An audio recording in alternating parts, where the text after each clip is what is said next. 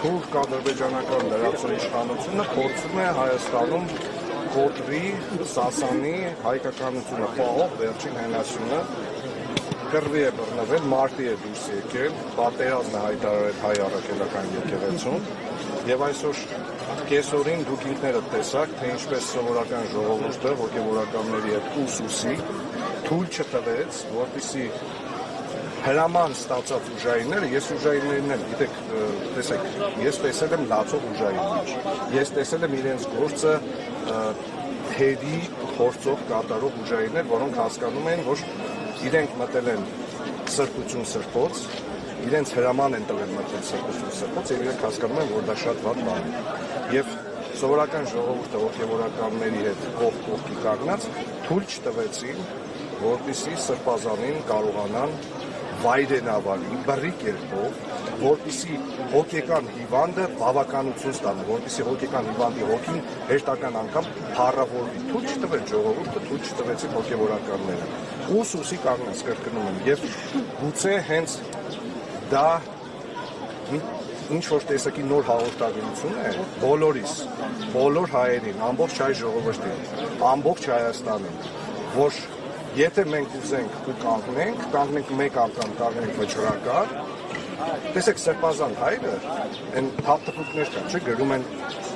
պահկվում էր ժողովրդի թիկունքում, պահկվում էր մայրատորի թիկունքում, ժողովուրդը ցույց տվեց, որ կարող է պաշտպանել իր եկեղեցին, հետո սրբազանը դուրս եկավ եւ ասաց, ես ոտքով գալիս եմ, որովհետեւ ես օրինակ հաղթ չեմ։ Ես ինչ ասել եմ, ամբողջ բոլոր ասածներից տերն եմ։ 1 տարի ու կես առաջ տված հարցազրույցի հիման վրա գործ հարուցել, այդ նշանակում է, որ 1 տարվա ընթացքում կամ իրավապահները լավ չեն աշխատել, կամ սա քաղաքական պատվեր է։ Իհարկե բոլորս կարծում եմ վստահ ենք, որ սա քաղաքական պատվեր է, որի հանգուցալուծումը ամենայն հավանականությամբ լինելու է երկրի գերագույն գլխավոր դավաճանի վարչապետ։ Հենց նոր քաղաքական նոր լուծում է տրվել իրավիճակին, Հայաստան դաշինքից Իշխան Սաղաթելյանը հայտնել է, որ իրենք 28 ստորագրություն դրեցին իմպիչմենտի նոր գործընթացով,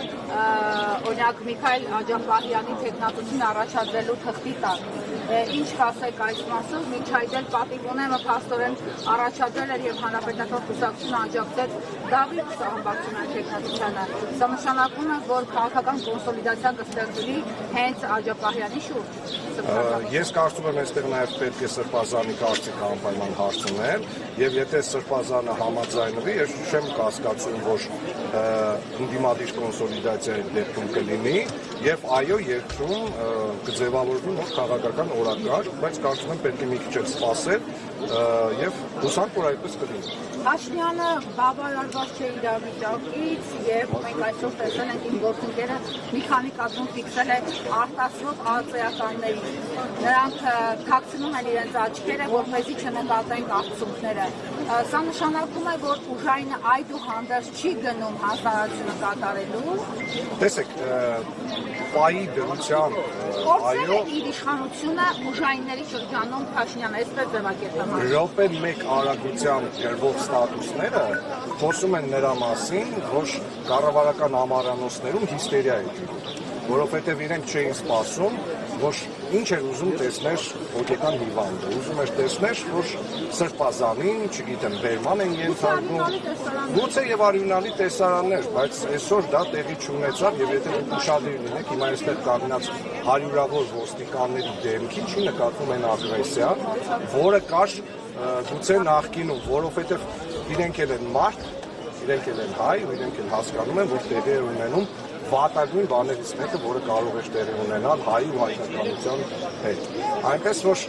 րոպե 1 Դա է իշխանական բուրդը, թե ոչ։ Նաև փախի մասին խոսում Արսեն Թորոսյանի րոպե 1 գրած ստատուսներ, ինչ որ անիմաստ գրեհի բաների մասին ափերից դարձել։ Դե այդ մարդիկ պատանդ են եւ կատարում են այն ամեն ինչը, ինչ իրենց հրահանգում են կամ WhatsApp-ով ստանում են, այնպես որ րոպե 1 գրված ստատուսները խոսում են նրանց մասին, որ իրենք տեսնում են ժողովրդի ու Հայաստանի Հանրապետության ընդդիմանալը այս process-ին, իրենք զգում են այդ ամեն ինչը։ Վերջը տեսեք գրժի Facebook-յան page-ի լայքերի քանակի կտրուկ նվազումը եւ շեյրերի քանակի, այո, կտրուկ նվազումը, դա խոսում է նրա մասին, որ այն բառապաշարը, այն հռետորաբանությունը, այն լեկտի ու ղեկավարին ոչ հարիր լեքսիկոնը, որով նա փորձում է հարաբերվել 1700 տարուց ավել հայկականությունը, Հայաստանի մշակույթը, պատմությունը, լեզուն պահող կառույցի հետ, ժողովուրդը դա չի ընդունում եւ ժողովուրդը դա մերժում է։ Ինքը այսօր մարդը քաղաքացիների մտիկում եւ իրան կողմում քնի թե մնադրսում ու պայքարը նոր որակ ստանա։ Ես կարծում եմ, որ քաղաքացիները հիմա կանգնած են շատ կարևոր վերլուծության առջև։ Եթե նույնիսկ այսօր այստեղ հավաքված քաղաքացիները Եթե նրանց թիվը ձեզ համար բավարար է, արդյոք կարծում եք, որ այս իրավիճակում այսքան քաղաքացի կհավաքվի։ Ես կարծում եմ, որ եթե սրբազան հայրը փորձում է իրավիճակը չլարել, դուք ինքներդ տեսաք, որ իր գալու ներկայանալու քննչական կոմիտե հենց խոսում է նրա մասին, որ առավոտյան ժողովուրդը եւ հոգեվոր հայրերը ցույց տվեցին, որ կարող են պաշտպանել Մայրաթոր Սուրբ Էջմիածինը, որ կարող են պաշտպանել եւ թույլ չտալ բռի կերպով բերման ենթարկել սրբազան բոլը եւ իր ներկայանալը նաեւ խոսում է նրա մասին, որ ինքը օրենքից էլ չի խուսափում եւ չի փախչում, ինչպես փորձում էին լկտիավարի ներկայացնել հուսապարկերից շատերը։ Հիմա ժողովրդի մենք պիտի հասկանանք, որ Մայրաթորը իմաստուն է, Մայրաթորը գիտակցում է պայի լրջությունը եւ ես մեծ հույս ունեմ, որ այսօրը, երբ որ թուրքը չի կարողացել մտնել Մայրաթոր, փորձում էին մեր ուժայիններին, կներեք այս արտահայտությանս համար, փչացնեին հրահանգ տալով, տղեկը մաքսիմալ իրենց փորձել են կոռեկտ պահել եւ չեն արել այնպիսի բաներ, որ չգիտեմ, գուցե հիմա չկարողանային գլուխները մի քիչ ցածր տեսնում իրենց գլուխները, բայց չկարողացան, դա այդ տեսարանը չտեսավ գիժը, դրա համար հիմա րոպե մեկ ստատուսներ է գրում։ Ես վստահ եմ, որ հոգևոր հայրը սրբազան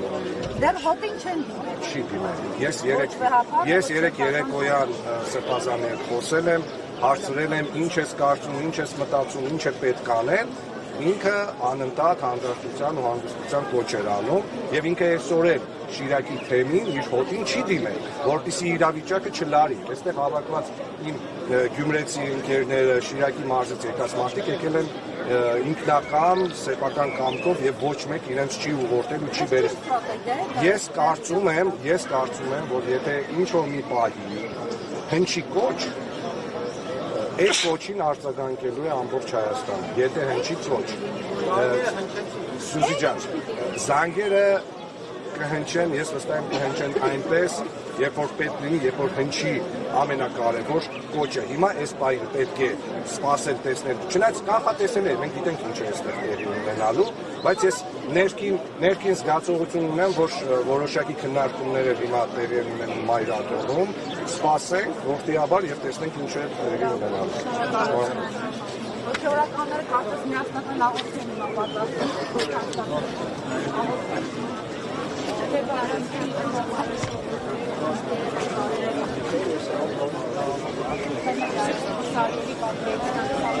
you.